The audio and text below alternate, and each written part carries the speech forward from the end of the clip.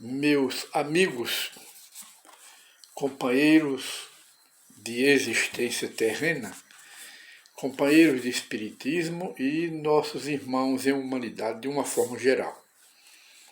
Mais uma vez nós estamos apresentando o programa Encontro com o Espiritismo.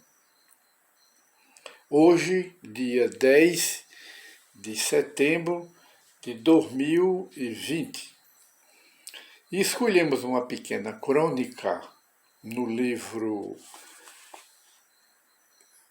Pelos Caminhos do Evangelho, está aqui para todos verem, da autoria do editorialista e redator da revista Espírita Nova Era, Novo Mundo, e do jornal Espírita Allan Kardec.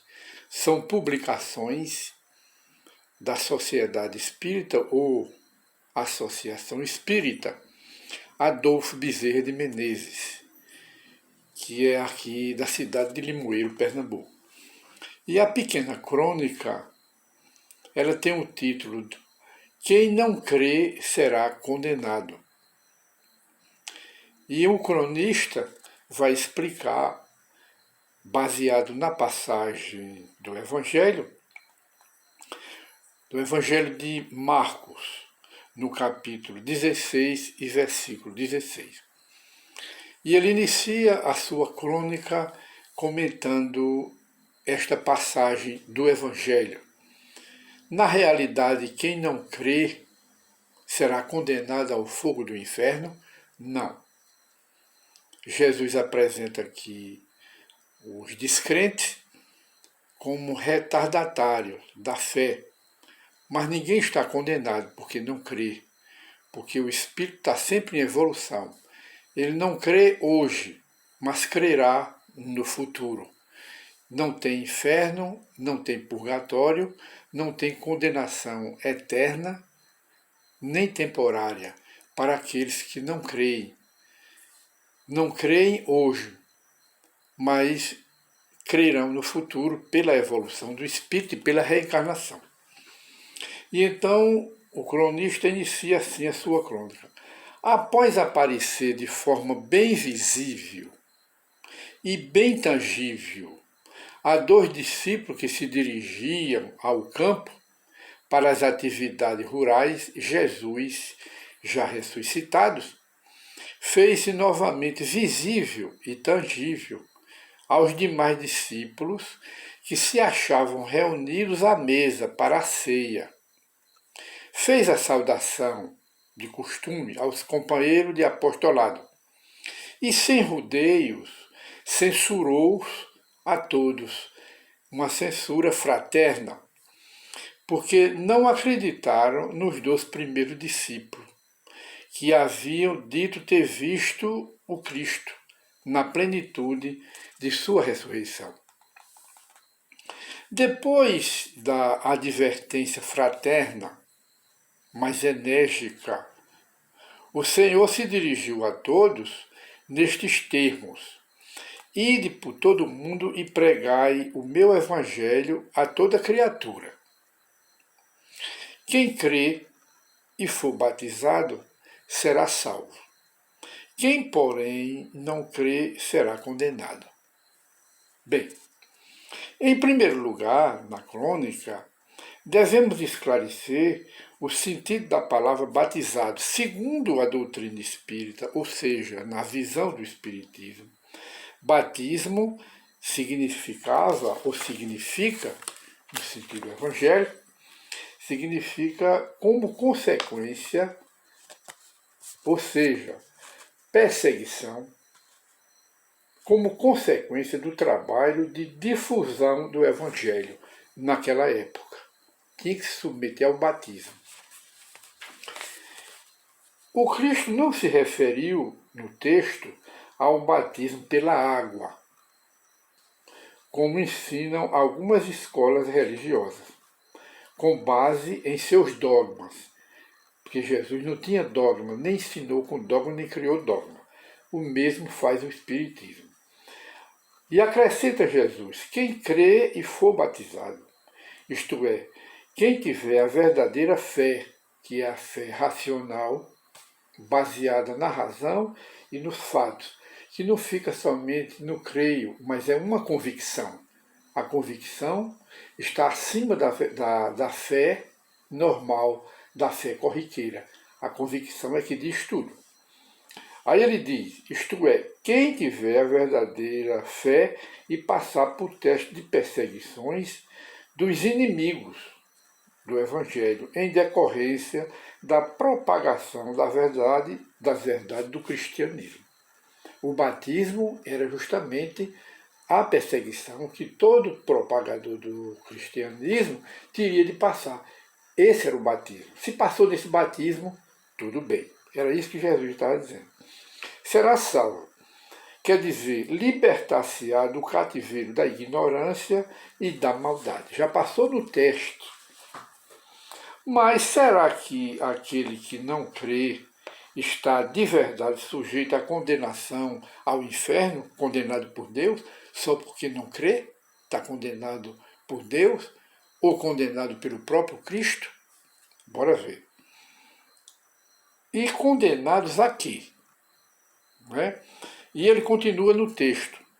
Embora Jesus tenha afirmado que os incrédulos estão condenados, devemos compreender que a justiça divina caminha ombro a ombro com a misericórdia. Ninguém está condenado a nada.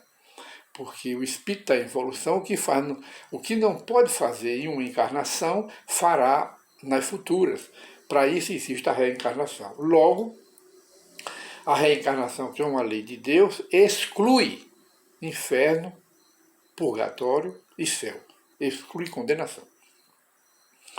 E que o inferno não passa de imagem dogmática. É uma simbologia, criada pelas religiões. Não devemos, outro sim, analisar as passagens evangélicas segundo a letra que mata, mas sim segundo o Espírito, como dizia Paulo de Tarso. E todos os homens que não creem, tão somente por isso, sentenciam-se a si mesmos, porque a sua visão das coisas, das pessoas, do mundo, da natureza, do universo, da vida do espírito, é bastante limitada. Então, se ele não tem fé, ele então se condena a si mesmo a permanecer na ignorância, que a falta de fé já é uma espécie de escravização. Então ele se condena a si mesmo, até que ele passe a ter fé e comece a se libertar. E diz mais, consequentemente, destina-se a uma espécie de autocondenação. Quando Jesus diz, ou no Evangelho diz, que condenam-se a si mesmo, eles estão se condenando, o espírito, o descrente, aquele que não tem a verdadeira fé. Qual somente se libertarão por meio de uma fé lógica, racional, robusta, capaz de encarar frente a frente a razão em todas as épocas da humanidade, segundo Allan Kardec afirma em O Evangelho segundo o Espiritismo. O que é que Allan Kardec diz no Evangelho segundo o Espiritismo? Ele diz, a fé verdadeira é aquela que encara frente a frente a razão em todas as épocas da humanidade. Não é enfrentar a fé apenas hoje, só hoje, mas é aquela que encara a razão frente a frente durante toda a eternidade.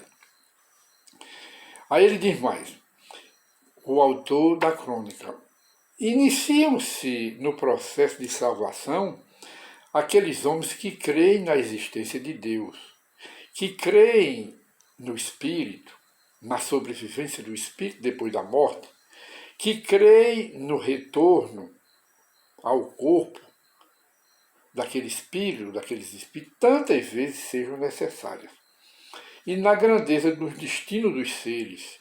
E os que não creem, nem por isso estão condenados ao fogo do inferno, que não existe. Essa é a visão espírita. Quem não crê, como acabamos de dizer, ele condena-se a si mesmo, à ignorância. Mas logo que ele amadureça de espírito e passa a crer, ele vai trabalhando pela sua própria redenção espiritual. Daí a necessidade da fé racional, essa que Allan Kardec ensina. A fé inabalável só é aquela que encara a razão frente a frente com a humanidade. E a fé dos espíritas é uma fé real, não só baseada na razão, na lógica, como, sobretudo, baseada nos fatos. Quando os espíritas aceitam a existência dos espíritos e a manifestação dos espíritos, não é somente uma fé, é sobretudo que os espíritos aparecem, então passa a ser fatos. Além do espírita admitir a sobrevivência do espírito, a manifestação da alma dos mortos, além dele admitir pela razão e pelos fatos, mostrando que não há morte, só os fatos corroboram essa crença. Porque contra fatos não há argumentos. Contra fatos não há posição contrária, porque os fatos estão acima de tudo. E um autor aqui termina a sua crônica. Olha aqui. Eles apenas se tornam retardatários da evolução, os que não creem, com a desvantagem de caminharem sem a tocha acesa da fé viva, que é essa fé racional baseada na lógica e nos fatos que o Espiritismo apresenta. Eles andam na escuridão à mercê da negação e da dúvida. Os ventos da vida não lhes são favoráveis. Então, esses descrentes, eles condenam-se a si mesmos. Então, meus amigos, meus companheiros, mais uma vez tivemos a oportunidade de, através dessa crônica, mostrar aqui que Jesus não condenou os descrentes, apenas esperou que eles amadurecessem para compreender a mensagem do cristianismo. Ninguém está condenado, porque Deus é misericórdia, Deus é amor, e Jesus, que veio trazer a mensagem do Evangelho, ele veio como um diplomata, um representante de Deus. E em diversas partes do Evangelho, ele chega a dizer: meu Pai não condena a ninguém, Deus, e eu também a ninguém condeno. Muita gente acha que, por causa disso, daquilo outro, de uma ligeira falta que comete, está condenado ao fogo do inferno. Não existe inferno, nem purgatório e nem céu. Tudo isso existe dentro da gente. Cada alma carrega seu purgatório, cada alma carrega seu céu e carrega seu inferno. É estado de espírito que está dentro da alma da pessoa. E assim, mais uma vez, nós agradecemos o interesse das pessoas interessadas no Espiritismo e concitamos sempre aos companheiros que procurem as obras de Allan Kardec para interpretarem a Bíblia em espírito e verdade e entenderem melhor o que Jesus ensinou. Boa noite a todos e muita paz para todos e até nova oportunidade, se Deus quiser.